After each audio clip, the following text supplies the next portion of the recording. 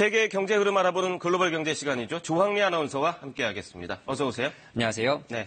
혹시 휴대전화에 저장되어 있지 않은 번호로 전화가 와 있으면 이 부재중 전화 어떻게 하시나요?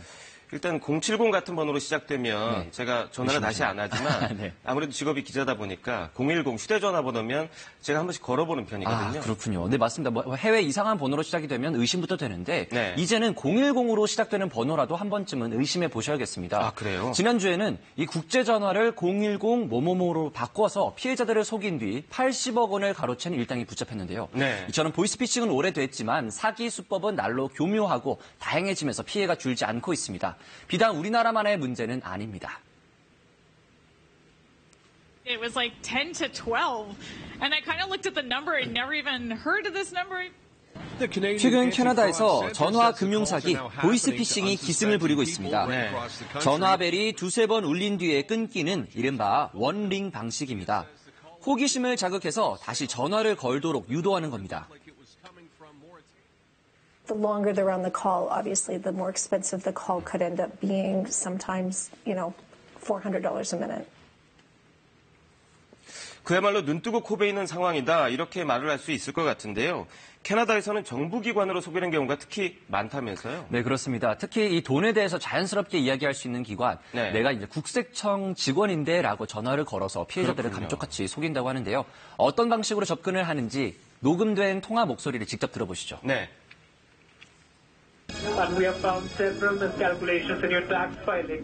This is a felony and a conviction can carry a sentence of up to 5 years and or a fine up to $100,000. 지금 당장 송금하지 않으면 체포할 것이라는 협박도 서슴지 않는다는데요. 신원과 금융 정보를 요구하는 경우도 다반사라고 합니다. 이런 전화가 오면 당연히 겁을 먹을 수밖에 없겠어요. 결국 이런 점을 이용해서 돈을 빼앗아가는 건가요? 맞습니다. 캐나다에서 지난 5년 동안 이 국세청 사칭형 피해자만 6만여 명이고요. 6만 피해액은 1,000만 달러, 110억 원에 달합니다. 네. 특히 불법 체류 이민자들이 이 범죄 조직의 표적이 되고 있습니다. 네. 이 남성은 역시 이 세금을 내지 않은 일로 불법 체류 신분이 알려질까 봐 두려웠다고 털어놨습니다. The way how he approached me, very professional, right, and very scary that I thought that he is an officer. 얘기만 들어도 속상한데요. 그는 저축해뒀던 4천만 원을 모두 잃었습니다. 그렇군요. 특히 이제 불법 이민자들은 정부에 발각되면 쫓겨날 수도 있잖아요. 이런 그 불안한 상황을 결국 본인들이 돈 버는 데에 악용하는 셈이군요. 맞습니다. 이와 비슷하게 이 유학생들을 대상으로 한 보이스피싱도 늘어나는 추세입니다. 네. 이민법을 운운하며 돈을 내지 않으면 추방되거나 재입국이 힘들다는 식으로 협박을 하는 것으로 드러났습니다. 네. 더 섬뜩한 사기는요, 바로 납치 전화입니다. 네. 국외에서 유학 중인 자녀를 납치했다며 부모에게 전화를 걸어서 거액을 요구하는 일도 빈번합니다. 범인들이 개인정보를 모두 파악한 뒤에 전화를 걸기 때문에 속수무책, 속을 수밖에 없습니다. 네. To them it seemed real. What they do is they prey on people and they say something about a relative. They prey on people and their insecurities. 미 연방수사국 FBI는 보이스피싱 조직이 심지어 자녀의 목소리와 영상까지 제작해서 진짜 납치한 것처럼 속이고 있다면서 주의를 당부하기도 했습니다. 네. 이 보이스피싱이 우리나라뿐만 아니라 전 세계를 괴롭히고 있는 건데 일본도 보이스피싱 피해가 심각하다면서요? 네, 일본의 경우 최근 보이스피싱이 현실 범죄로 이어지고 있습니다. 네. 최근에 노인들의 주머니를 노리는 보이스피싱 신종 수법이 기승을 부리고 있습니다. 지난달 28일 일본 도쿄 고토구의 한 아파트입니다. 한 80세 여성이 자택에서 숨진 채 발견됐습니다. 네. 사건 현장에는 옷가지가 널브러져 있고 전화와 인터폰이 망가져 있는 등 누군가가 외부에서 침입한 흔적이 곳곳에 남아 있었습니다. 全身黒い服で顔を隠しててすごい焦った勢いで飛び乗って強盗だって思いましたね. 수사 결과 사건 발생 며칠 전 피해 여성이 누군가로부터 수상한 전화를 받은 사실이 확인됐습니다. 그 내용은 집에 돈이 있느냐는 질문이었습니다. 그렇군요. 그럼 미리 전화를 걸어서 집에 현금이 있는지 확인하고 범행을 저지른 건가요? 그렇습니다. 이 올 초에 도쿄 시부야에서도 비슷한 사건들이 두 차례나 있었는데요. 네. 모두 노부부를 대상으로 한 강도 사건입니다.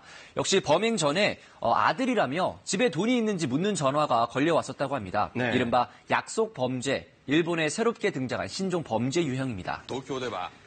일본 경찰은 이 약속 범죄가 매년 만여 건씩 폭발적으로 증가하고 있다고 밝혔습니다. 지난 1년 동안 경시청에서 확인한 약속 범죄 건수는 3만 4천여 건에 달합니다. 네. NHK는 범인들이 전화로 공공기관, 경찰이나 은행원 등이라고 속여서 피해자들을 안심시킨다고 전했습니다. 金融庁の人間ですけど、お金のどういうふうに管理されてますか言うからな。すぐ伺って写真だけ撮らせてくれと。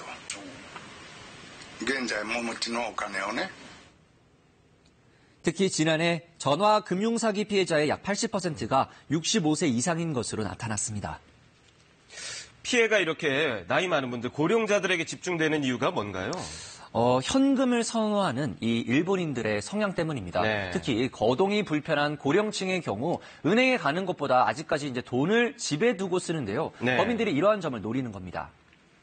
노년층 대상 사기 수법의 경우 아들이나 딸 등 가족을 사칭해서 돈을 뜯어내는 방식의 피해 규모가 가장 큽니다. 네. 지난해에만 9천여 건이 발생해서 피해액도 1,860억 원이 넘습니다. 일본 정부는 피해를 줄이기 위해서 스팸 번호를 걸러주는 장치를 집마다 설치를 하고 예방 교육을 시행하고 있는데요. 하지만 갈수록 지능화되는 전화 금융 사기 대응에 한계가 있는 상황입니다. 국제적인 공동 대응이 필요해 보이는 부분이군요. 오늘 소식 잘 들었습니다.